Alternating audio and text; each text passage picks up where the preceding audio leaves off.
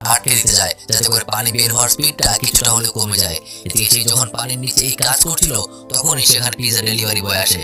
কিন্তু ডে পানির নিচে থাকায় সে তখন কাউকে দেখতে না পেয়ে মিয়ানকে ফোন করে পিৎজাটা সেখানেই রেখে চলে যায়। পানির নিচে এতক্ষণ থাকার কারণে ডে অনেক ক্লান্ত হয়ে গিয়েছিল, তাই সে উঠেই তার ফ্লোটিং সুপার উপর শুয়ে চোখ বন্ধ করে বিশ্রাম নিতে থাকে। ঠিক তখনই তার গার্লফ্রেন্ড কুই সেখানে আসে। সে এসে তাকে সারপ্রাইজ দেওয়ার জন্য পুলে ঝাঁপ দিতে যায়, কিন্তু তখনই ডে জেগে যায় আর তাকে চিৎকার করে ঝাঁপ দিতে নিষেধ করে। হঠাৎ আচমকা চিৎকার শুনে কুই ভয় পেয়ে পা পিছলে পড়ে যায় এবং সে মাথায় প্রচন্ড আঘাত পেয়ে সোজা পুলের পানিতে গিয়ে পড়ে। তখন ডে এসে তাকে নিয়ে ফ্লোটিং সোফার উপর শুয়ে দেয়, কিন্তু প্রচন্ড আঘাতের কারণে তার সম্পূর্ণ জ্ঞান হারিয়ে গিয়েছিল। তার মাথা দিয়ে অনেক রক্ত ঝরতে শুরু করে। ডে পানি আটকানোর কাপড়টা খুলে নিয়ে এসে কুইয়ের মাথায় বেঁধে দেয়। আস্তে আস্তে রাত হয়ে যায়, পানির লেভেল আরো অনেক কমে যায়। ডে যখন কুইকে দেখছিল, তখন কুকুরটা খুব জোরে চিৎকার করতে শুরু করে, কারণ একটা কুমির তখন সুইমিং পুলের দিকে এগিয়ে আসছিল।